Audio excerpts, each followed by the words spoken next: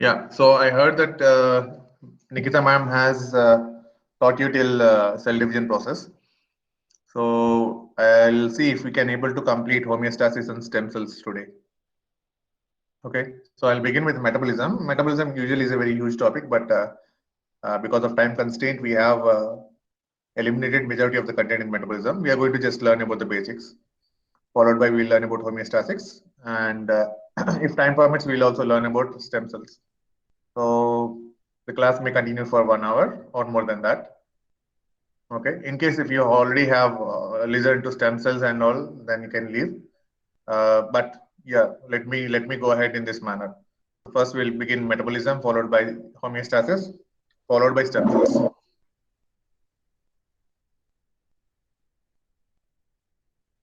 let me share my slides.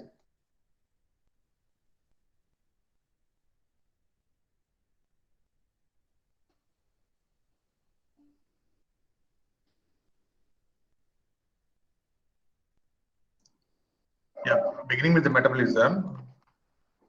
Now we are all living creatures. Now we are all living creatures, and we do perform a lot of tasks, be it at cellular level or be it at organism level. We definitely do a lot of activities, right? So when you're actually doing some sort of an activity, you definitely need energy. Okay, so we have the transfer of energy from certain molecules. Okay, so basically we are made up of so many number of chemicals, right? And all of these chemicals don't stay idle; rather they react with each other. Okay, so there are millions of chemical reactions in our body, and all of these millions of chemical reactions together can be called as cellular metabolism. Okay, so what is metabolism? Basically, we need work to make the body functioning or to make the organism functioning, and to generate energy related to that particular aspect. The chemical reactions keeps happening, and these chemical reactions together in the cell are considered as metabolism. Okay, so let's look at the properties of metabolism. It is the basis of the so-called the functioning of the cellular creatures. Number one, it takes part in generation of energy and transfer of energy, and most of the energy generation happens through carbohydrates, proteins, and fats. Okay, so we have two different types of metabolisms. One is aerobic metabolism, and then the other one is anaerobic metabolism. You know about aerobic and anaerobic processes. So it never stops. As far as your living process is running, the metabolism never stops. It adapts to the environment and tries to change accordingly. Okay, and metabolism usually doesn't happen as a single step. Rather, it happens as a series of steps, and this entire series can be called as a metabolic pathway. So when an incidence happens, this incidence is achieved by different kinds of metabolic pathways running parallelly. Okay, and if you're going to look at an organism level, especially like human beings or like cats and cows and all, we have a organ called as liver. So the liver is the major area where most of your energy based products like your carbohydrates or proteins or lipids gets metabolized, and hence we tend to call it as the seat of the metabolism. And not just this energy based products, even when you are actually taking any drugs or when you are dependent upon any sort of oral medicine, majority of the metabolism happens at the liver. Okay, so we have two different formats of energy. One is potential format of energy, and the other one is kinetic form of energy. Kinetic form of energy is something that deals with the moment, and the potential form of energy is something that you can actually call it as stored form of energy. Okay, so the biological processes majorly rely on the stored format of energy. And where do we get this from? We get this from three important molecules. One are sugars, the second one is proteins, and the third one is fats. Okay, so in the nature, the metabolism. Just give me a minute. Got a call.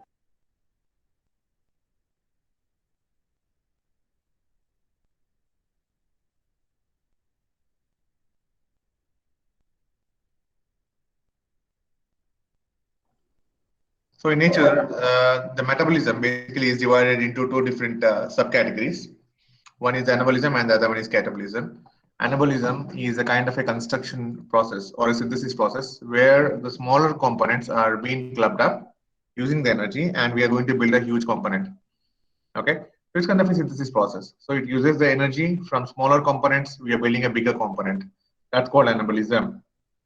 Okay, and then we have the counterpart called as catabolism, where you have a larger component, we break them down, liberating energy and liberating smaller components. This is called as catabolism. So we have two different kinds of metabolic reactions in nature. One is allemolic reaction and the other one is catabolic reaction. Okay. So majority of the energy flows, it basically begins with the primary source of energy called as sunlight. Okay, we have actually two kinds of creatures in nature. One are autotrophic and the other one are heterotrophic. Trophism is something that deals with the energy. So autotrophism means something that actually can make their own energy molecules, or you can say potential format of energy. Okay, so we have plants. Plants are autotrophic in nature. So we have two different categories of autotrophs again. We have photoautotrophic and chemoautotrophic creatures. So photoautotrophic creatures are those which actually derive the energy from sunlight and they can synthesize their own potential sources. Like you see in plants, they do photosynthesis. Okay, same way, we have many other creatures living inside the earth or in the water, where they completely depend upon these chemical sources. And using these chemical sources, they will be able to derive the energy formats. We call them as chemoautotrophic creatures. Okay, so we have two different kinds of autotrophs: photoautotrophic, chemoautotrophic. Autotrophic मतलब क्या है? वो खुद का खाना वो बना सकता है in the body. They don't have to depend upon the so-called other natural sources. Okay, so that's called as autotrophism. And we have another format called as heterotrophism, where we can't actually make our own potential format of energy. So what do we have to do? We have to depend upon the other creatures. So such kind of creatures are called as heterotrophs. Okay, so we have different formats of heterotrophs. Again, we have herbivores, then we have carnivores, we have omnivores, we have detrivores. Herbivore matlab something that is a vegetarian, purely vegetarian. Okay, carnivore matlab which is a non-vegetarian. Omnivore means which is both veg and non-veg in manner, and detrivore means which actually feeds on the dead matter or the decaying matter.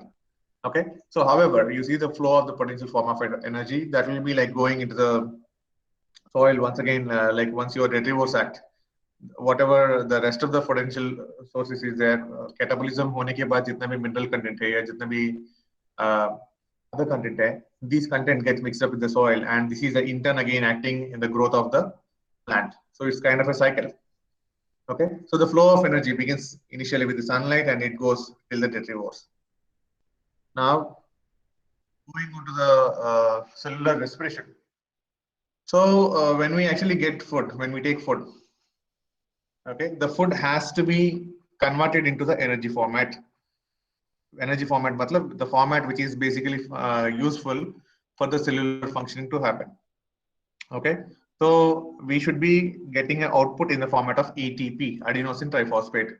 So why adenosine triphosphate? Because the phosphate group in the adenosine is very much important in carrying a huge amount of energy. We have high energy transfer molecules available in the nature, and phosphates are one of the best energy formats, high energy formats, which are very much stable in the bond format as well. And that's the reason we tend to see that majority of our energy-based molecules do have phosphates in them. Okay, then you must be thinking, why adenine? Why not guanine? Why not cytosine? Why not so-called uracil? Okay, so if you're going to look at the structures of adenine or uracil or guanine and all, you see that adenine basically is made up of purely carbon and nitrogen sources. There is no oxygen in it. So which means that it has evolved much earlier compared to the other sources. And that's the reason why during the course of evolution, the so-called energy related affairs were majorly dealt with adenine. And hence you see the formation of adenosine triphosphates. And this has been continuing for eons. Okay, so our ultimate target is ATP. The metabolism completely is dependent upon the intermediate molecule called ATP. ATP is the most common molecule that you find in the entire metabolism. Okay, to get the ATP, we have to do catabolism. So catabolism of what? We have to do catabolism of carbohydrate. We have to do catabolism of so-called fats. We have to do catabolism of so-called proteins. Okay, so all of them get catabolized, and once the catabolism happens, we get a common intermediate product of catabolism called acetyl coenzyme A. This acetyl coenzyme A further enters into the mitochondria. Okay, so you see the initial breakdown is happening in the cytoplasm. Further, it gets into the mitochondria. In the mitochondria, we have a lot of cofactors. generated these cofactors further undergo electron transport chain. So this is a kind of a process where you tend to see subsequent oxidation and reduction reactions happening on the membrane of mitochondria, resulting in generation of an energy molecule called as adenosine triphosphate (ATP). Okay, so overall आप अगर cytoplasm में observe करेंगे या आप mitochondria में observe करेंगे या कहीं भी observe करेंगे, in the entire cell, majority of your energy production comes from this region called as electron transport chain. Okay, for this purpose, we are actually calling mitochondria as the powerhouse of the cell. Okay, doesn't mean that your entire energy is made by mitochondria. You get energy at other sources also, but majority of the energy on a whole will be coming from mitochondria because of these processes. Okay, and hence we are calling the mitochondria as powerhouse of the cell. Okay, so once this power molecule is being generated, now this power molecule will be taking part in lot of chemical reactions. Lot of chemical reactions to happen. Okay, yeah, somebody is having a doubt. Dev Narayan Prasad. Please tell me. Or if your mic is not working, you can actually you can type on the chat box. No issues. Okay, sir. Now it's coming. Now voice is coming. Sir mitochondria के बारे में फिर से बताइए ना। Mitochondria के बारे में देखिए, हमारा बॉडी में एनर्जी जनरेशन जो होता है कहाँ से होता है? पोटेंशियल फॉर्म ऑफ एनर्जी की वजह से। पोटेंशियल फॉर्म ऑफ एनर्जी हमको कहाँ पे मिलता है? प्रोटीन में या कार्बोहाइड्रेट में या फैट में मिलता है। ओके, तो हम जब भी खाना लेते हैं, it has to get metabolized, they have to get broken down, so we need a usable format of energy. So usable format of energy का what molecule is providing that is being provided by ATP, adenosine triphosphate. Okay, so how do we get the usable form of energy from these potential energy sources? By a process called as catabolism. Catabolism क्या होता है? You are having a larger component, you have to break it down to liberate energy and smaller versions. Okay, so see, we have 6 molecules here, 6 carbons in the glucose. Same way you may have 20 carbons in the fats. Same way you may have like 16 to 20 carbons in the proteins. So these carbons usually get eliminated, broken down, and they get they get converted to acetyl coenzyme A. This is happening in the cytoplasm. So this acetyl coenzyme A further enters into the mitochondria, where it participates in a cycle called as citric acid cycle or Krebs cycle or tricarboxylic acid cycle, TCA cycle. Okay, so you don't have to remember these names. I'm just briefing you so that you will understand. ये cycle में हमको क्या मिलता है? हमको बहुत सारे cofactors मिलेंगे. These cofactors basically are very active in oxidation and reduction processes. So oxidation reduction क्या है? That is something that deals with your hydrogen or something that deals with your electron or something that deals with your oxygen. So here we are actually dealing with hydrogen and electrons. Okay, so in this process, we see that the electrons flow across the membrane because of these carriers or the cofactors. Okay, and this creates a chain called as electron transport chain. This electron transport chain finally results in formation of your energy molecule called as adenosine triphosphate.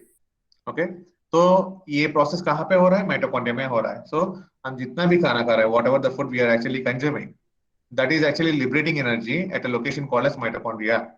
Okay, in between also you may get energy, but that energy is not the total energy. Okay, on a whole, in the entire cellular processes, if you're going to see where the energy generation is maximum, that's basically because of electron transport chain, and hence we call mitochondria as the powerhouse of the cell. Got it? Yes, sir. Yeah. So this is all about the metabolism. So metabolism में आपको क्या-क्या याद रखना है? You have to understand what is the metabolism definition.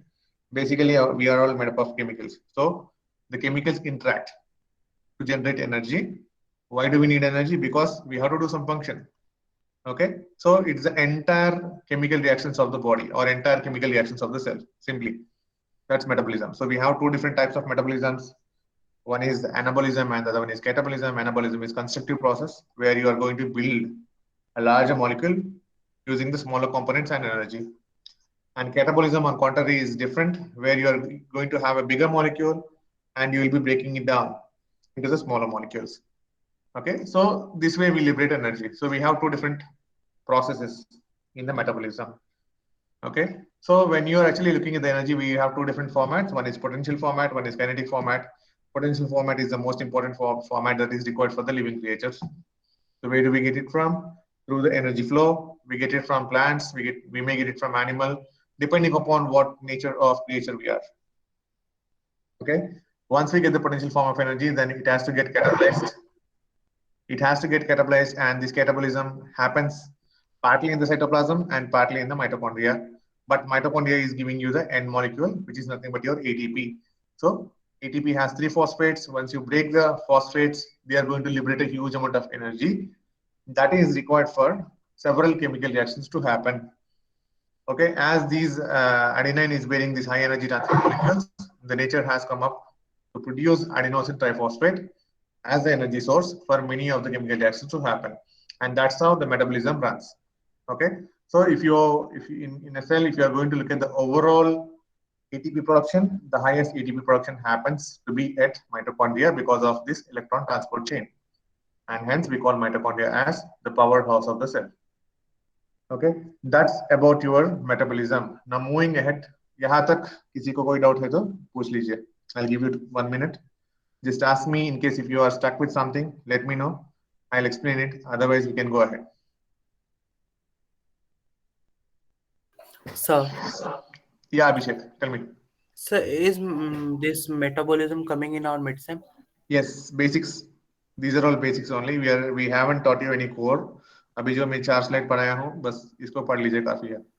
Sir but Nikita ma'am ने class में नहीं कराया ये मेटाबॉलिज्म. निकिता मैडम ने क्लास में नहीं कराया. मतलब आपका सेक्शन में नहीं कराए थे? यस सर, B13 एटीपी के ना, कराया. एटीपी के बारे में या उसके बारे में कुछ नहीं बोले थे? नो सर, ये चैप्टर ही मतलब ये टॉपिक ही नहीं कराया है. Okay, don't worry. We may get a very basic question about like what is metabolism. That's it. उससे ज़्यादा नहीं है. Okay, we have discussed that we will be just giving an introduction only. We are not going to deal with the entire topics of metabolism. Okay sir. Okay. Sir, you told us why only adenine is there. Why not other? Yeah. So if you're going to look at the structures, आपने structures देखा क्या? Have you ever seen the structures of this adenine, guanine, and all? No, sir. Nucleic acids जब madam पढ़ा रही थी, शायद DNA में या RNA में. Have you seen that? Yes, sir. Yeah, so if you are going to look at the structures of DNA or RNA, you look at adenine molecule. It is the only molecule that doesn't have any oxygen on it, which means that it is like one of the oldest molecule that has formed much before the oxygen came onto the earth. Okay, as it is already available, so it was crucial in carrying the so-called potential sources of energy. And probably during the course of evolution, adenine, the same adenine molecule has been picked up to act as the so-called energy carrier. Okay. Okay, sir. Thank you, sir. Yeah. So we'll move ahead with next topic called as homeostasis. Okay. So now coming to homeostasis, this is about the environment of the body or environment of the cell. Okay. So when we are living creatures, as I said, we are made up of different cells, right? But in a living cell also, you need a specific climate or specific conditions so that the cell keeps its functioning properly. Okay, हमारा cell काम करने के लिए हमको एक environment की जरूरी है. It's not about external environment only. It's about internal environment also. So what does this internal environment composed of? It is composed of water. It is composed of ions. It is composed of different types of salts, sugars, okay, and many other metabolites, temperatures, pH of the media. There are a lot of factors. Gas is available. Okay, so all of this together create a kind of an environment in the cell. Okay, and this environment is crucial for the cellular functioning. So we need a mechanism to maintain this environment, and that's nothing but your homeostasis. Okay, so homeostasis is a kind of a mechanism, or it's a kind of an adaptation where we keep the internal environment constant. Okay, so how does the homeostasis happen? Basically, उसका regulation क्या होता है? उसका compartments क्या? What are its components? So if you're going to look at the components of the homeostasis, we have 4 different components. Number 1 is the sensor or the receptor. Okay, so we are living creatures. The primary criteria for any living creature is that it has to respond to the stimuli. हमको जो भी हमें signals मिल रहा है हम वो signals को receive करेंगे एंड उसके हिसाब से हम एक्ट करेंगे, respond. Okay, so we need a receiver. So for a homeostasis to happen, that's like one of the basic function. You have to have a sensor. So they are located all over throughout our body. We have different kinds of sensors located throughout our body. So what do? They basically detects the data and they gather the data. Okay, it can be interior data or it can be the exterior data. Interior मतलब cell के अंदर का जो data है या तो वो हो सकता है या सेल के बाहर का जो डाटा है वो हो सकता है. It can be anything. Okay, so we have sensors, different kinds of sensors for different receptions, and all of these sensors detect them and gather the data. Good. Now, second, control center. So control center basically has a set value. Okay, let's say now we have the so-called blood. So blood ka pH almost neutral hona chahiye, almost neutral. Okay, a slightly what do you say, alkaline. Let's say it can move slightly towards alkaline. Okay, so we have a set value for this. Key, it should be neutral. Okay, or plus or minus a value. Okay, so this set value has to be maintained in the blood. Now let's say the sensor detected that there is a change in this value. The control center, it receives the data from the sensor and it sees that ये जो test data है और ये जो हमारा set value है दोनों same है या नहीं. अगर दोनों का बीच में अंतर है, then it will try to come up with a mechanism through which we can attain the set values again. Okay, so it basically controls through different kinds of outputs. Okay, and it will be sending these outputs to different targets. So you may have the control center located in your cell itself, or you may have the control center located at the brain or at any other part of the body.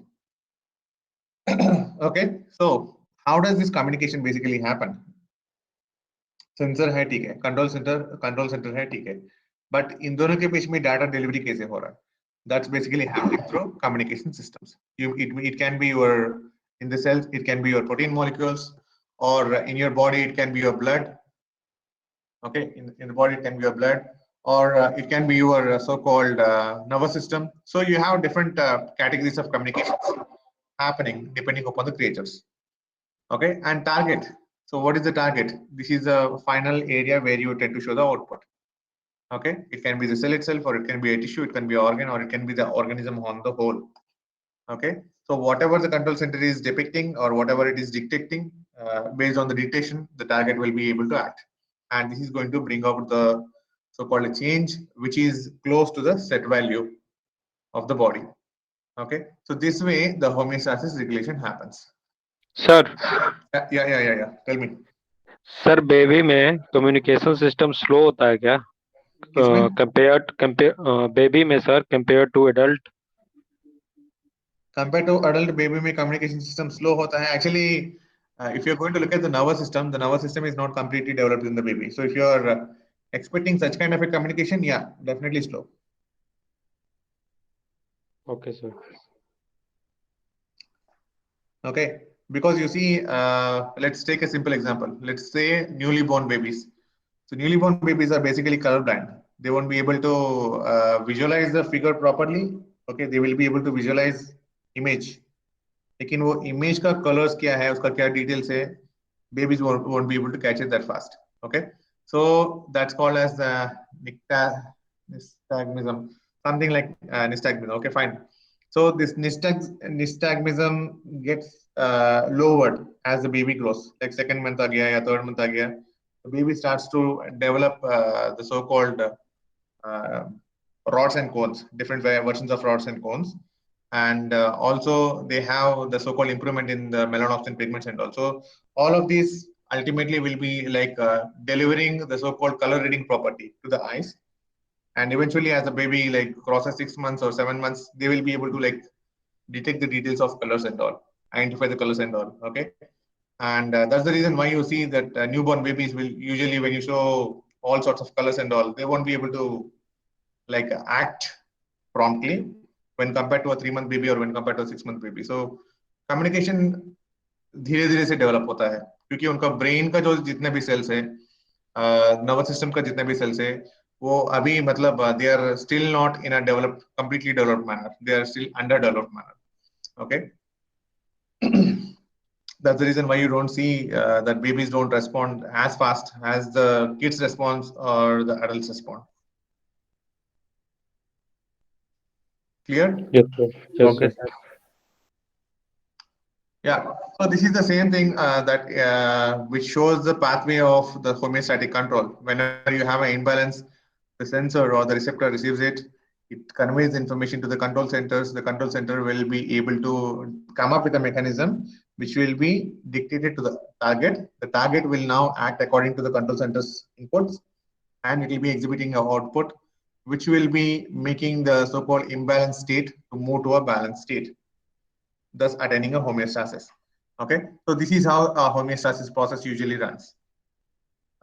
See here, it's been written, it involves 3 parts, and here it's showing 4 parts. The missing part is nothing but your communication system. Okay, so maybe in your textbook also we don't have any part about communication system, but you can actually include it. Okay, then coming to loops, whenever you are attending a certain activity, we have 2 different kinds of actions going on. One is a positive action and the other one is a negative action. Okay, positive action kya hota hai, like it turns on a specific event and it lets the homeostatic mechanism to run throughout. Okay, and there will be another feedback called as negative feedback. Let's say your homeostasis is achieved, and if you feel that beyond this point the homeostasis may again get disturbed, in that case the negative limbs or the negative feedbacks gets activated, and they will be targeting different tissues to so-called control the environment. Okay, so this way we have 2 different kinds of paths. One is a negative feedback and the other one is positive feedback. Positive feedback usually turns on something and negative feedback usually turns off something. So in a human body we have different kinds of organs playing a crucial role in different homeostatic mechanisms. Okay, so out of all, you see majority of the master regulation happens from your brain. Okay, so in your brain we have a region called as hypothalamus. Remember the name hypothalamus. So hypothalamus is something that is located at your middle brain region. So this hypothalamus will be majorly involved in your homeostatic mechanism. Okay, apart from that, we have tissue specific regulation happening. So you can see water regulation happens from kidney. So kidney, what do? They filter the water of the body, and more than 99% of the water is retained back into the body. Okay, and rest 1% of or less than that is being eliminated out. So while this is eliminated out, the kidney will be adding a lot of excess minerals, excess salts, and other waste into this excreted water, which is actually coming out in the form of urine. Yeah. Tell me. Sir जो हम लोग sir daily 8 litre पानी पीते हैं sir, तो sir 99% तो waste ही कर देता है सर. तो हम एक ही लीटर पानी क्यों नहीं पी लेते हैं सिर्फ, तो उससे भी तो काम हो ही जाएगा जितना उसका 1% मतलब जरूरत हो. Actually, if you're going to look at the water, जो हम water पी रहा है वो सिर्फ body में ऐसे नहीं रहता है. See, water is also acting as a solvent. Number one, at the same time, water also has another role. It also is required for metabolism. There are several reactions in our body where the water undergoes hydrolysis. Okay, so whatever the water you are drinking, it doesn't stay in the body as such. It has to undergo something. It has to get metabolized. Okay, in some parts, maybe in some sugars, it's going to get hydroxylated. Okay, and in maybe some areas we may have the need of hydrogen only. Okay, so there are multiple mechanisms where the water gets utilized, and that's the reason why we can't actually rely on the water that is available within the body. We have to get from exterior. Okay, that again depends upon the body metabolic rate, or at the same time it also depends upon the person's so-called weight and height, etc., etc. Okay, sir. Yeah. So the water regulation basically happens through kidneys. Then coming to the temperature. Temperature is a very crucial component for us. It's like one of the most prominent environment that is needed. Surface temperature एक होता है और body का temperature, body core body temperature एक अलग अलग होता है. So if you going to look at the skin, the surface of the skin usually will be exhibiting a different temperature compared to the interior of the body. Okay, so the interior temperature is called as core temperature, and the temperature on the skin is called as body temperature, surface temperature. Okay, so we have both the temperatures being regulated through different processes. The surface temperature is usually maintained by your skin. Example, let's say somebody is taking part in a running process. Okay, so when you run, automatically, because of lot of musculoskeletal activity, it's exothermic in nature, so your surface body temperature gets elevated. It's not good for us. So what does the skin do? The skin releases sweat, and this sweat is very much important because it has water, and water is a good absorber of heat. Okay, so this way we are bringing down the elevated temperature. So that's one kind of a mechanism to lower the so-called elevated temperature. Same way, your muscles also do another kind of an activity. Like अभी ठंड का मौसम है, so most of us do shiver. Okay, most of us do shiver. Shivering is a kind of an automatic activity that comes from the muscle, and these vibrational modes from the muscles usually will be dissipating heat. As I said earlier, musculoskeletal system का activity के वजह से temperature बढ़ता है. It's exothermic in nature. So in winter, our muscles automatically wither or shiver because they have to dissipate heat. Why they have to dissipate heat? Because our surface of the skin is receiving cold waves, okay, which may lower the temperature on the surface. To counteract that, the muscle shivers, and the shivering dissipates heat. So with this, we are able to maintain a constant body temperature. Okay, and not just that, even internally also, your blood vessels also play a major role. Like when you have to when you have to lose heat, the blood vessel width get increased. Okay, उसका जो diameter है बढ़ जाएगा. Okay, so that's called vasodilation. And when you have to gain heat, we get vasoconstriction. Constriction मतलब कम होना है. So आपका blood vessel का diameter कम हो जाता है. Okay, जिसकी वजह से the body retains heat. Okay, now we are talking about blood vessel. So what does the blood vessel basically carry? It carries blood. Okay, so when your organs or when your tissues want to retain more amount of blood, that happens during the winter, and to retain more amount of blood, we have to undergo vasoconstriction. And during summers, we need a lot of sweat to be secreted, and that's actually coming through blood flow. So the skin will be asking for more blood flow, and due to that reason, your so-called vessels, blood vessels, gets dilated. So the blood flow is faster during the summers, so that we are going to give adequate amount of water to the skin, so that it secretes sweat. जो elevated temperature है उसको कम कर सकते हैं. Okay, so that's thermoregulation. Now coming to glucose regulation. Glucose, out of all the sources of energy, glucose is one of the primary sources of energy that is available for majority of our tissues. Okay, like you take blood में energy पाने के लिए protein की या fat की जरूरी नहीं है. They don't depend on proteins or fat. They completely depend upon glucose. Same way, look at your brain cells, neurons. Neurons are completely dependent upon glucose. They don't depend upon fat nor on proteins. Okay, so glucose is the primary source of energy that we derive from lot of food. So when we get glucose, हमारे body में adequate amount में होना चाहिए. Okay, so how do we come to know whether we have good glucose or whether we have insufficient glucose or more glucose? Through blood. Okay, whatever the metabolism happens, that is eventually distributed into the blood. Okay, so in the blood, if you have more glucose levels, अगर body में ज़्यादा glucose levels है, more glucose is going to take part in lot of obstructive pathways. Okay, like basal level पे glucose की जरूरी है, good, we get good ATP. But if the glucose availability is too high, it's going to obstruct a lot of metabolic processes, and that's where we get our so-called functioning affected. Okay, simple example मैं आपको बोलूँगा. Let's say diabetic patient है, कोई diabetic patient है जिसमें sugar का regulation नहीं हो रहा है, जिसमें sugar ज़्यादा है. Let's say he or she got a wound.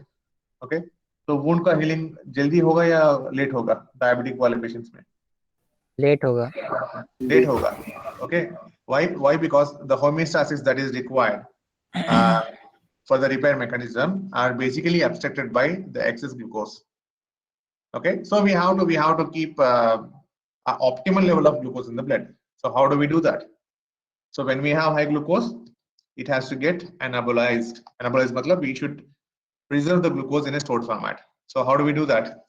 We do that through the help of a hormone coming from the pancreas called as insulin. Okay, so insulin, you can see here insulin, what does it do? Body में अगर high glucose है तो उसको convert करके वो एक बड़ा सा ग्लाइकोजन मॉलिक्यूल बनाएंगे. So like thousands of glucose units get combined together to form a single unit of glycogen. So glycogen is a stored format of glucose that is available in liver and in muscle. Okay, majorly in the liver. So who's doing this job? It's done by insulin. So insulin is a hormone secreted by the pancreas to address the high glucose levels in the blood. Fine. What about low glucose level? अगर optimal level नहीं है, ज़्यादा नहीं है, कम हो गया है, तब क्या होगा? In that case, we have another category of cells in the pancreas that release a hormone called glucagon. Okay, what it does the catabolism. What catabolism happens? Glycogen is broken down, and we are going to get thousands of glucose units. These released glucose units will be elevated in the blood, getting back the optimal levels of the glucose in the blood. So we have two different kinds of regulation.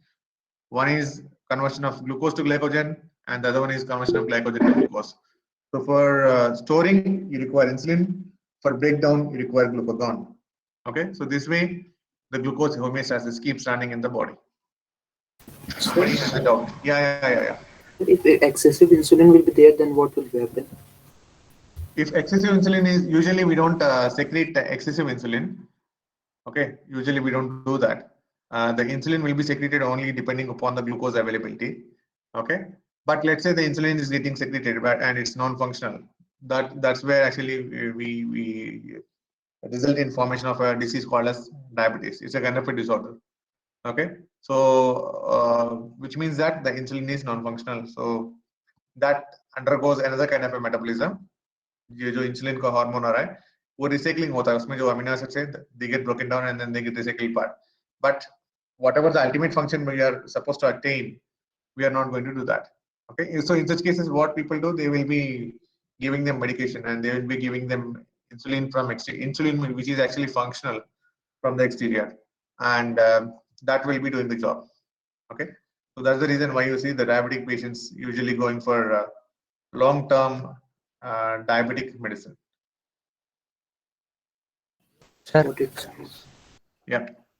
अगर external insulin बहुत ज्यादा मात्रा में चढ़ा दिया तो क्या होगा फिर? एक्सटर्नल इंसुलिन ज्यादा मात्रा में चढ़ा लेगा तो फिर क्या होगा, आपका ग्लूकोज लेवल ब्लड में कम हो जाएगा. ऑप्टिमल लेवल तक पहुंच गया तो ठीक है, अगर ऑप्टिमल लेवल से और कम हो जाएगा तो ऑटोमेटिकली पैंक्रियास ग्लूकोगन देना शुरू कर देंगे. Okay, we have a so-called mechanism already adapted by the body to address these low and high sugar levels, right? So जितना भी ग्लूकोज है वो अगर ऑप्टिमल लेवल तक पहुंच रहा है ठीक है, अगर उससे कम हो गया है तो ऑटोमेटिकली ग्लूकागॉन बाहर निकलता है, and that will be addressing the decreased glucose levels. Okay, sir. Okay, now we have two different categories of homeostasis occurring in the nature. Okay, अभी तक regulation हम देखे हैं. Now let's look at the types. We have two different types of homeostasis. One is extrinsic homeostatic regulation and the other one is intrinsic homeostatic regulation. Okay, so what is extrinsic and what is intrinsic? Intrinsic matlab local auto-regulatory component. Okay, let's say you have a kidney. Kidney don't have to listen to anything in the body to regulate the water. Water का जो filtering करना है, water filtering करने के लिए kidney को कोई दूसरे टिश्यू की सलाह की जरूरी नहीं है. It can do its function automatically. Okay, same way, look at the lungs. Lungs का क्या role है? Inhale and exhale. When we inhale and exhale, we have exchange of gases happening. Okay, so that's happening because of the so-called heme available in the blood, and that conversions from ferric to ferrous and ferrous to ferric is very much crucial in carrying both of these gases. Okay, so that's actually intrinsic. You are actually not getting directed by any other factors. The tissue itself is able to do its activity, do its job on its own. Okay इसका मतलब tissue के अंदर ही sensor है, tissue के अंदर ही control unit है, tissue के अंदर ही tissue itself is acting as a target. Such kind of a mechanism is called as intrinsic homeostatic mechanism. Okay, so this is one category of mechanism that you find in the nature. Then we have a second kind of mechanism called as extrinsic mechanism. Okay, so extrinsic mechanism matlab for a tissue to function you may have to require lot of communications coming from a control center. Okay, you may have to require a lot of communications coming from a control center. So usually in our body we have two different kinds of communication systems. One is nervous system where the communication is basically happening from your brain or through your spinal cord. We have two different systems, peripheral and central. So both the nervous systems do communications. Okay, तो हमको यहाँ से अगर communication मिल रहा है, अगर वहां से अगर regulation patterns आ रहा है, pathways आ रहा है, then you tend to call such kind of a mechanism as extrinsic regulation. That's one regulation. Second kind of regulation is through blood. Okay, blood carries a lot of hormones. So these hormones are basically nothing but these are chemical messengers. So these chemical messengers travel into the blood, travel at a bit distance, and they will be reaching a distant target. So once they reach a distant target, the target will be able to exhibit a function. Okay, so in this mechanism you have seen that the target is actually not acting on its own. It is acting according to the function coming from a different center, and hence that kind of a regulation is called as extrinsic regulation. Okay, so extrinsic regulation, the best example you can see the snake molting or insect molting. Snake molting aapko pata hai na, like most of the snakes usually leave their older skin outside and they develop a fresh skin. Okay, a lot of calcium based activity is needed. So yahan pe ek hormone hoga, PTTH. So this PTTH is very much crucial in regulation of this calcium, which is again crucial in development of their scales. Okay, so this way the so-called skin of the insects or the skin of the snakes will be able to do ecdysis. Ecdysis मतलब वही पुराना वाले को छोड़ना और नया skin को develop करना. Okay, so that sort of thing is done by extrinsic regulatory mechanisms. Okay, and other than that we have the homeostasis happening in a multiple stages, like a primary stage of homeostasis, like a secondary stage or a tertiary stage. Primary stage क्या होता है? Like let's look at the example of blood clotting. Okay, so whenever your blood is clotted, so it doesn't happen just like that. It undergoes in a series, 3 different series. The first series is that vasodilation. मतलब जहां भी wound हो गया है वहां पे आप पहले क्या देखेंगे? खून बहाना. You see that the blood is actually flowing out. Why does it flow out? Because the so-called blood vessel of that particular area, उसका diameter क्या है? बढ़ गया है, जिसकी वजह से blood flow ज्यादा हो गया है. और blood flow यहाँ पे ज्यादा होने की क्या जरूरी है? Because we need the platelets at this site for repair to do. Okay, तो ज्यादा platelets अगर जल्दी आना होगा तो blood flow जल्दी होना पड़ेगा. And to do that, we have to increase the diameter of the blood vessel. So we vasodilate. So your so-called blood vessels will be dilating and the platelets will be moving to the site.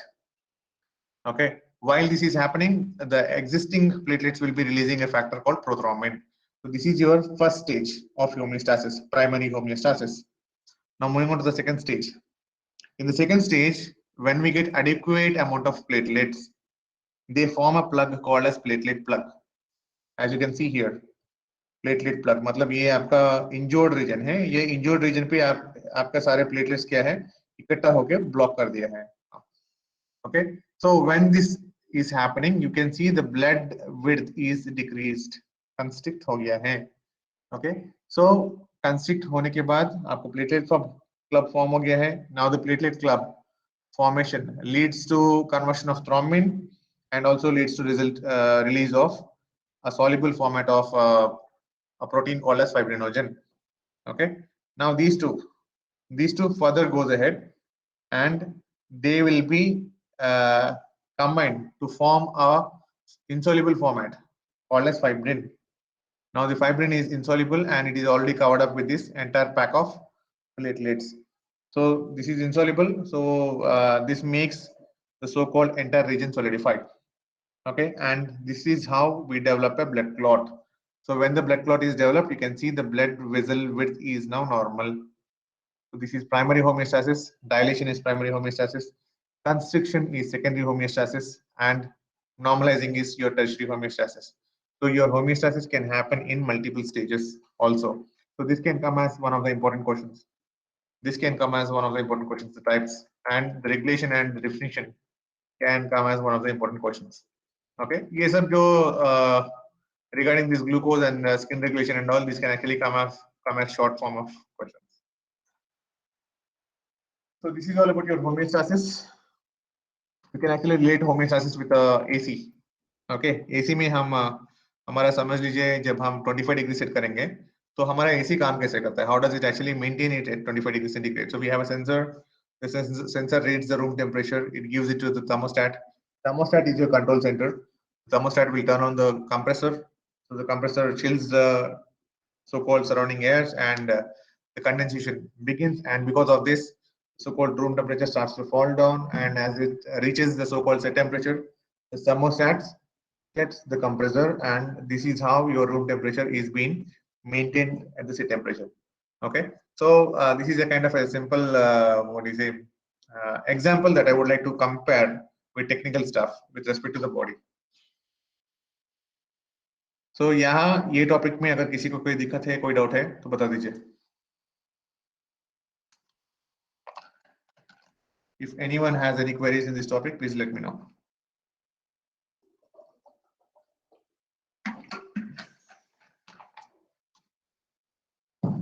Sir. Yes, Ashish. Sir, what is the basic definition of homeostasis? It's a process to keep the internal environment constant.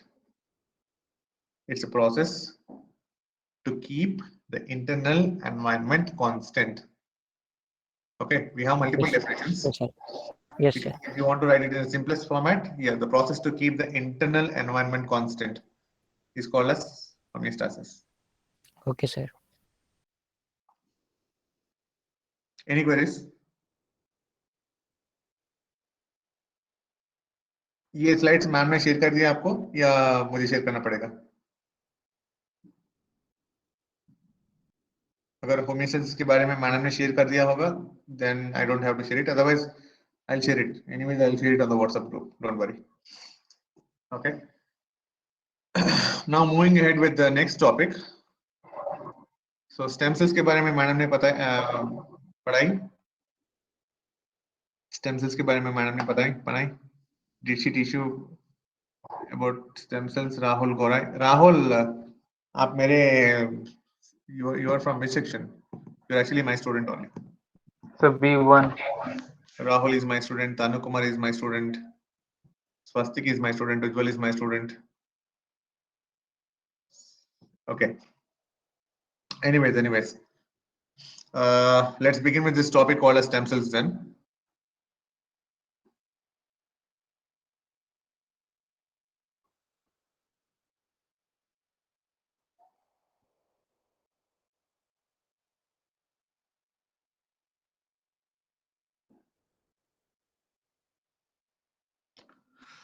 If you guys need a short break of 2 minutes, you can go and come.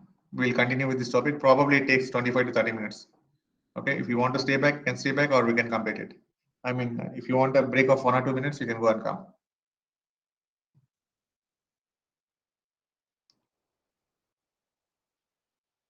Shall I continue or shall we just wait?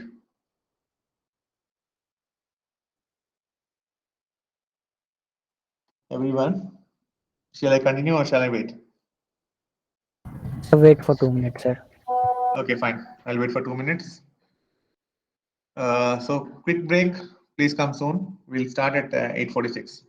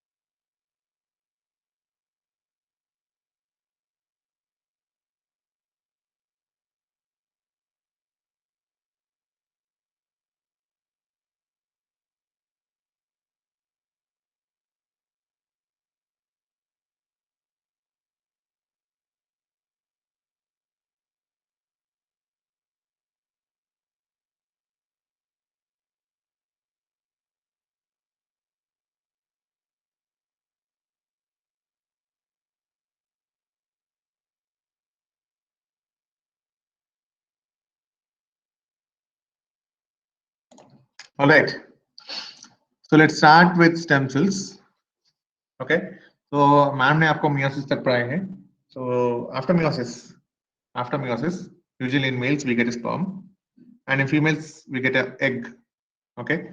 So the nature has come out with a process called as sexual reproduction, where the male and the female participate in the intercourse. In case of animals, whereas in case of plants, they undergo breeding. Okay. But anyways, the male gamete and the female gamete has to interact.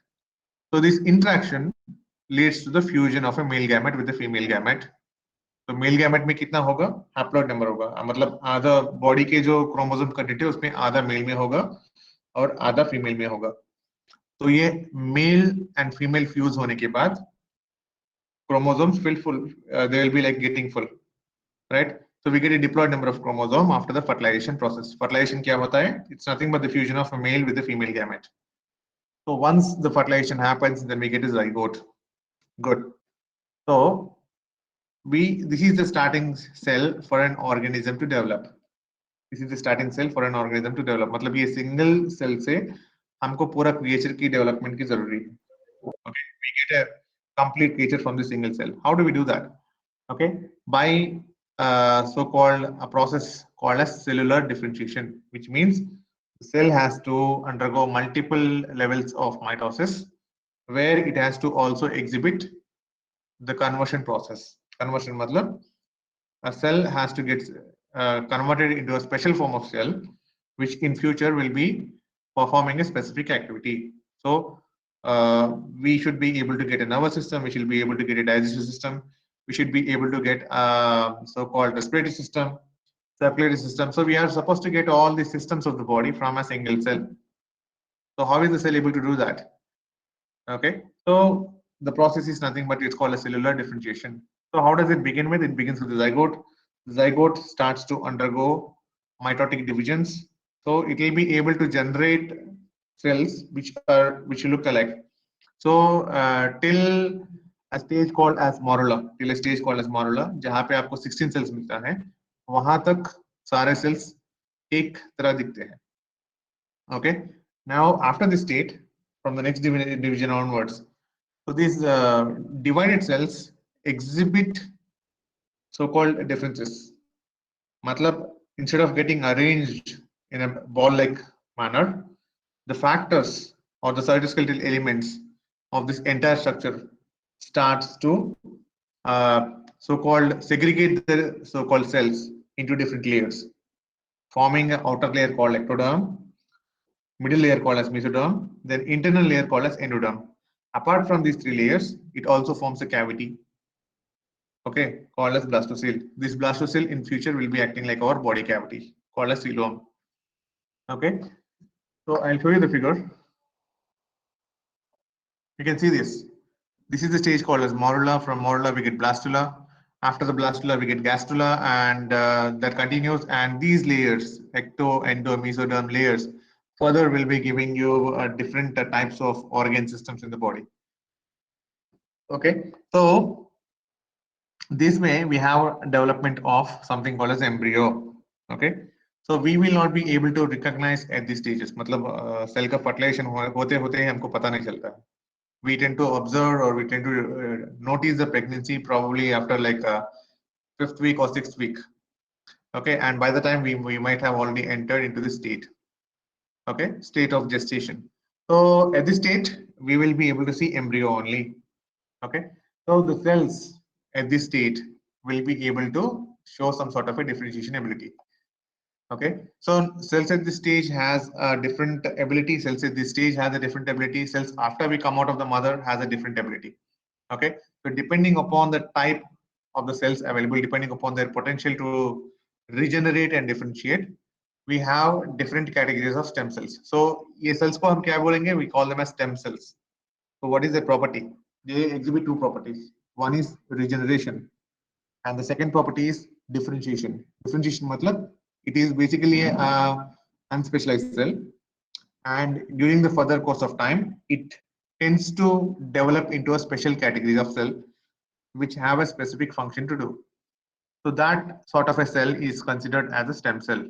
What are the two properties? One is One is regeneration and the other one is differentiation. Okay, so depending upon the regeneration and depending upon the differentiation abilities, we have 4 different categories of stem cells. The first category or the most powerful category is totipotent. Totipotent मतलब एक particular cell से हमको पूरा creature मिलता है.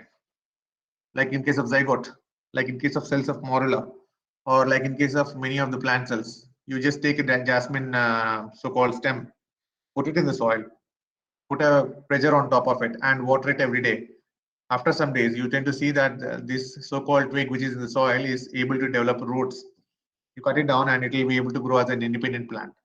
Okay, so this property where a single cell is exhibiting a property to convert into an entire creature is known as totipotency. You get all the categories of cells of the body, total basically. Then comes pluripotency, second category.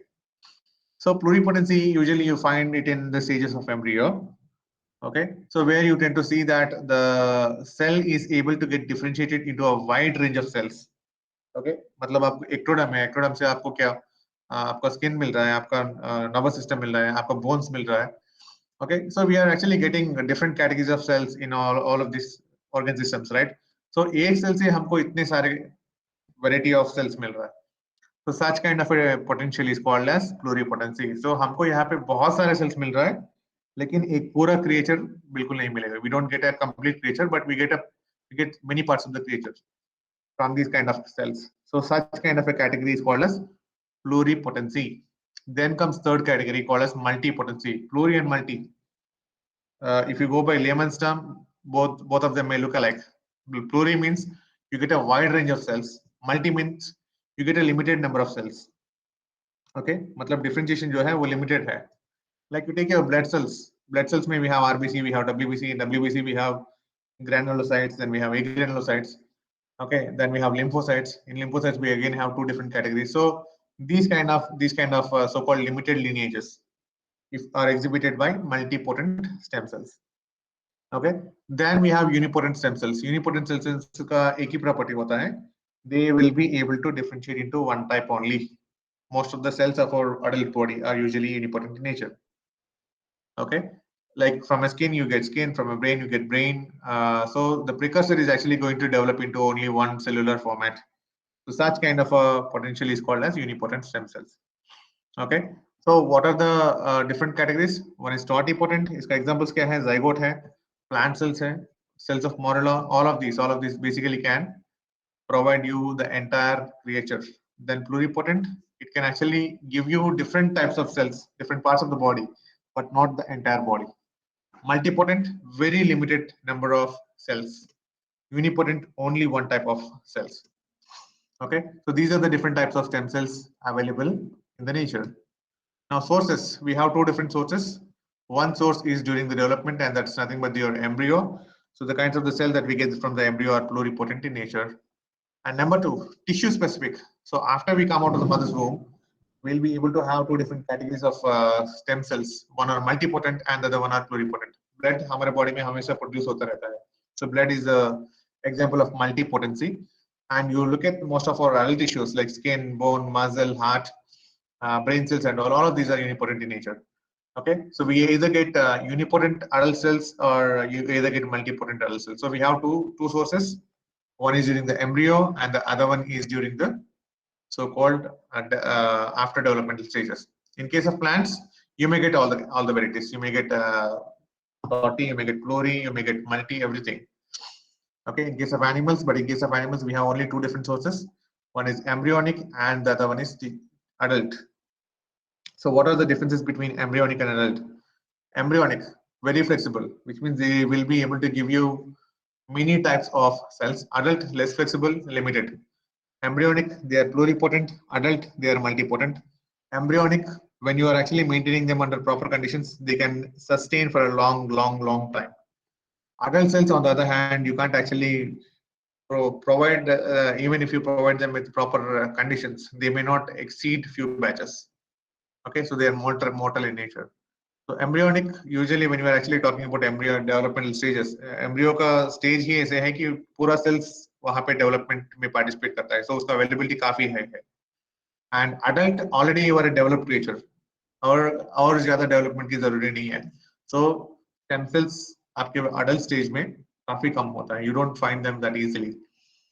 These are immunogenic, which means you see they tend to get reacted to majority of sources, factors that are available within. These are non-immunogenic, which means they will be able to target the exterior but not the internal factors.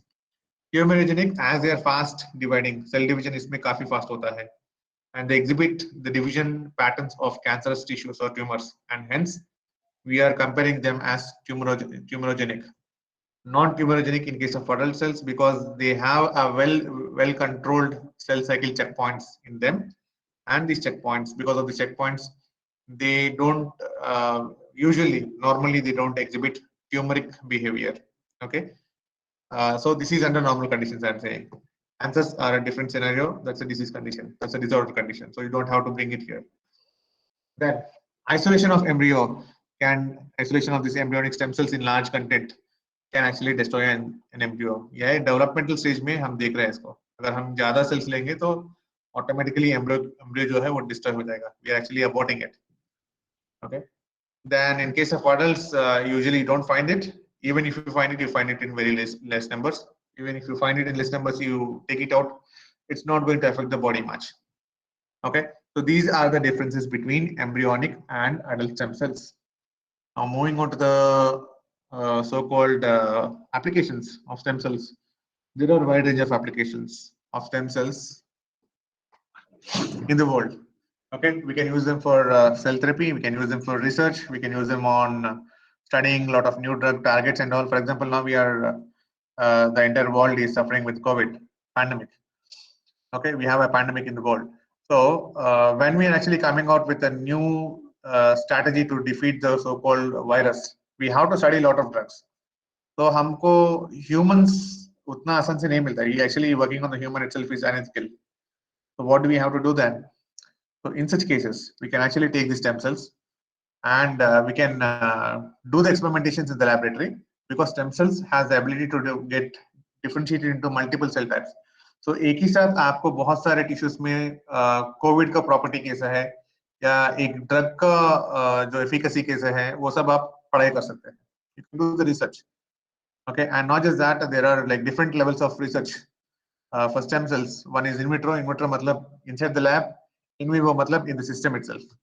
Okay, so multiple applications. One is cell therapy. You can actually look, we can repair a lot of tissues at different stages of life. Okay, like you can repair the so-called bone related issues, you can repair the so-called muscle related issues. Most of the so-called brains at the age of so-called 60 or 70, usually we undergo degeneration, matlab neuronal loss hota hai. Okay, and neurons, they are not that fast growing nor fast dividing. Okay, they usually will be entering into the G0 stage of cell division, and that's where they get blocked up, so they don't participate in repair and division more. So ऐसे cases में हम stem cells को इस्तेमाल कर सकते हैं, and we can actually fill whatever the gaps are there.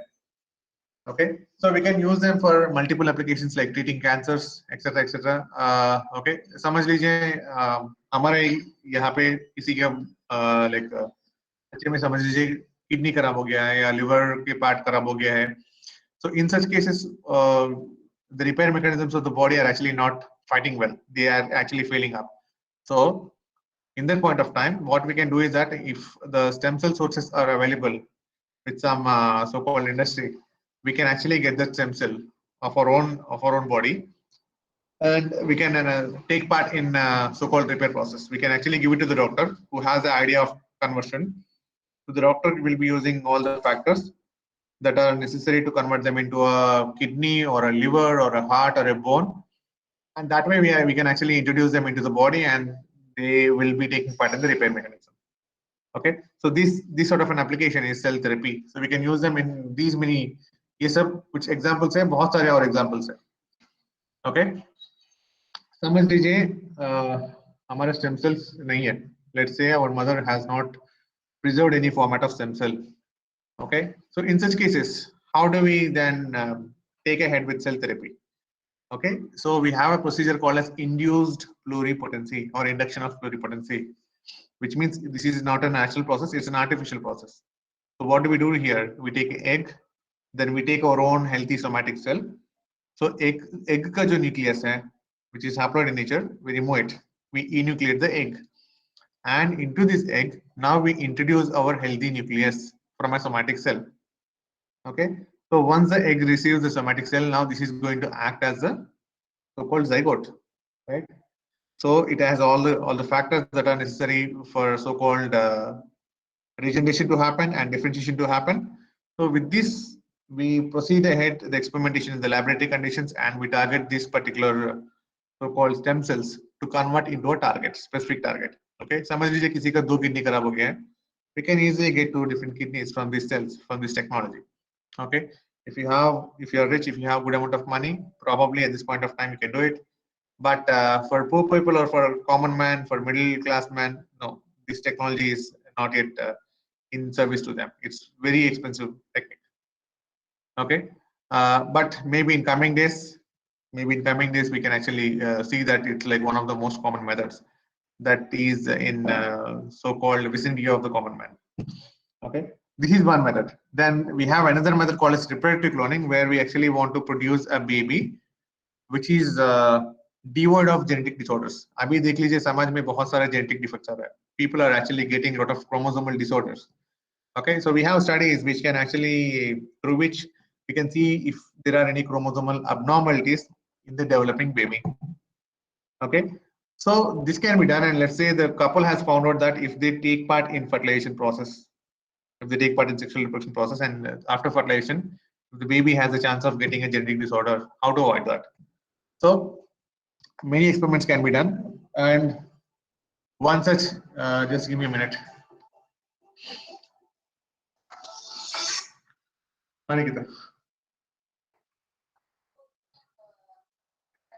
अभी stem cells पर चल रहा है, होमियोस्टेसिस हो गया है, मेटाबॉलिज्म का बेसिक्स हो गया है, now stem cells is running, it's on. I don't know, I have a very short introduction like what is metabolism, catabolism क्या है, anabolism क्या है, बस उतना ही पढ़ाया और कुछ नहीं.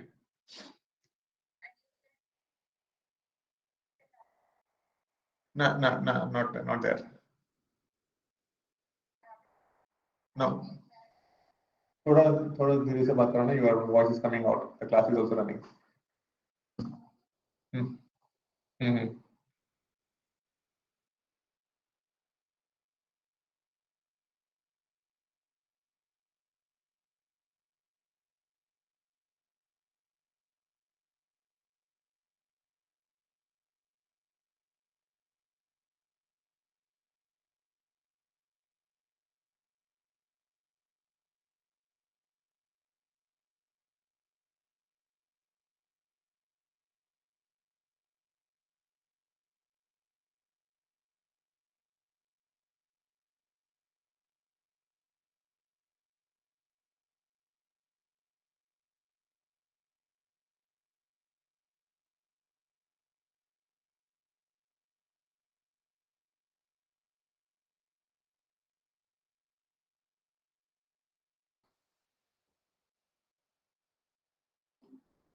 So we have another process called as reparative cloning. So यहाँ पे हम क्या करेंगे? When we want a healthy baby, so what we do is that we take a egg from a mother, okay, and this egg gets enucleated, and to this egg we are going to fuse it up with a somatic cell of a father, and the fusion will be able to make an embryo, because ये enucleation जो किया है हम haploid nucleus को हटा दिया है, and after fusion we are actually getting a diploid cell. Okay, and this diploid cell basically has all the factors of differentiation and also has the important factors that are already available in the somatic cells. So through this process, we actually have created an embryo. Now this artificial embryo with the somatic cells of the parent itself can be included into the mother. If the mother is not able to bear the embryo, then we go ahead with the surrogate mother. Okay, so the surrogate mother will carry the baby in the stomach, and after that it will be giving out the baby. Now the baby will be actually looking like a parent. Okay, so why we are actually calling it as cloning? Why? Because you see, this DNA that we are actually having, this so-called nucleus that we are having, is of a parent. Okay, so we are actually not seeing any sort of a gametic production where you tend to see a exchange of genetic content. Nikita madam ने शायद आपको पढ़ा दिया होगा ना, crossing over and formation of tetrad, उसके बाद recombination of DNA, all the stuff. Okay, so that doesn't happen here because of that reason. Whatever the baby is coming out will be exactly looking like the parent, and hence we call this technology as reproductive cloning. So usually people are employing these kind of techniques for so-called introducing the breeding for endangered animals. Just in nature, we are all human beings, so we have already gave a lot of burden to the nature by so-called devastating a lot of habitats and causing a lot of extinction of different creatures on the earth. Okay, so there are many such creatures which are on the verge of extinction, and this is like one of the kind of a technology where we can employ to gain them back. Okay, so tigers population used to be somewhere near to like 1,200 or somewhere like that. Now it's beyond like 2,200 or something. Okay, so that these kind of techniques basically happen because of these kind of things happen because of reproductive cloning. Okay, so we use reproductive cloning usually on the animal stuff or the plant stuff or any other microbial stuff which is on a verge of extinction. Okay, so this is one method. And then we have other method called as gene therapy, where you see that our body has certain non-functional cells or a non-functional product coming from the cell. Okay, so which means that the cell is actually not able to perform its activity well. Okay, so what we can do, we can actually come up with a therapy called as gene therapy, where we introduce a functional gene into the cell. Okay, and this functional gene either will be going and fitting into an area where a particular gene has missed or where a particular gene has got corrupted. Okay, so how do we do that? We use a vector. Who's the best vector available in the nature? The virus. The virus is the best hacker of living cells. So the virus molecules, which usually these are the viruses which usually don't cause the diseases to the host. Okay, like lentiviral vectors and all, they don't cause any disease to human cells. So we use such kind of vectors, and through the so-called cell-based therapy. Cell-based therapy मतलब हम इसको stem cells में introduce करेंगे ताकि ये stem cells में आपका functional gene ज़्यादा से ज़्यादा replicate होगा and ज़्यादा से ज़्यादा available होगा. So these kind of stem cells, when we are introducing it back into the system is again now so-called coming out with a what do you say development, मतलब repair हो चुका है जो, so whatever the non-functional proteins are there, such kind of proteins and all usually will be like given out, and again our body functioning is being back to normal. Okay, so this is the importance of gene therapy. So why do we use gene therapy? Basically for replacing the missing genes or for replacing the defective genes. So this way we can actually treat a lot of diseases like neural diseases, or you can treat cancers.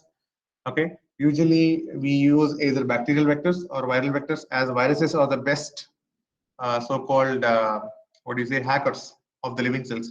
We usually go with the viral functional. Okay, now you may be getting it out, ये virus जब हमारे body में enter होगा तो समझ लीजिए अचानक से ये what do you say like you are saying that it is not affecting the body, then how long does the virus stay in the body? Okay, usually such kind of viruses they look at the compatibility of the host, so they will try to replicate and all, but if the procedure is not working well, if the compatibility is not seen, then delivery तो होगा, gene का target delivery तो होगा, target में आ जाएगा, आने के बाद these kind of viruses gets vanished. Okay, so this is like one of the safest method that people use, and हमारा vaccine candidates में like this is also like one of the method that people employ. Okay, where they usually get attenuated viruses, or they get inactivated viruses, or they get some other kind of a viral vector with proper gene in them, and they will be using it as vaccine candidates. So this way we can use the viruses for gene therapy, and we can employ the stem cells basically for so-called much efficacy for delivering the proper gene into the cell. Okay, so this is all about the stem cells. ये madam आपको शायद already share कर चुकी होगी questions and all, but anyways I'll be sharing it again. Okay, So people, I think madam ने already आपको syllabus दिया है regarding the midterm, right? She has already shared it on the Google Classroom, and the same syllabus I have also shared it to my students. Okay. The thing is that we used to have a concept called as metabolism. Metabolism काफी बड़ा chapter है. Complete chapter को हमने हटा दिया है. Just for basic understanding, I have given you a couple of slides. Okay. So you don't have to get scared that that is going to come in the examination and madam ने आपको पढ़ाया नहीं है. No. Okay. You don't have to get worried about that. You will be having certain basics being explained. Probably madam आपको बाद में शायद explain कर सकती है. Okay. So don't get worried about the metabolism concepts now. But anyways, I'll be sending that particular slides to you all in case what do you say, if you want to like go through them, you can go through them, or you can straight away skip to homeostasis part. So that's all for today. That's all for today. तो क्या बचा है और do I have to explain you guys more या काफी है? Protein synthesis एक शायद बचा होगा. सर लॉन्ग क्वेश्चन में क्या आ सकता है? लॉन्ग क्वेश्चन में कुछ भी आ सकता है, लाइक थेरेपेटिक क्लोनिंग आ सकता है और या sir nucleic acid and protein synthesis बचा हुआ है. न्यूक्लिक एसिड मैम ने पढ़ा ही नहीं. मतलब मैम ने पढ़ाया था लेकिन उस समय हम लोग थे नहीं, तो इसी कारण से ये वाला क्लास लगा था सर, इसलिए बोल रहे थे nucleic acid and protein synthesis. Okay, fine. We can have one class tomorrow. You tell me what time can we have? Sir, the time you are free because it's Sunday tomorrow. Yeah, Sunday है तभी तो मैं पूछ रहा हूँ. कब free होंगे आप? सुबह, दोपहर, शाम? दोपहर को करेंगे या सुबह करेंगे? सुबह like 11 o'clock? So I'm fine with Yes, it. sir. Sir सुबह Circle mock mock test test है. Yeah. Tomorrow, yeah, we have a mock test tomorrow. Fine. No. Let's meet around like 4 o'clock. Yes, sir. Okay, Yes, 4 sir. o'clock we'll start. 4 o'clock we'll start and we can complete it probably in an hour. Yes, sir. Thank you, sir. Okay, sir. Okay. Yes. Bye then. Bye everyone. Thank you, sir. Sir, Right. thank you, sir.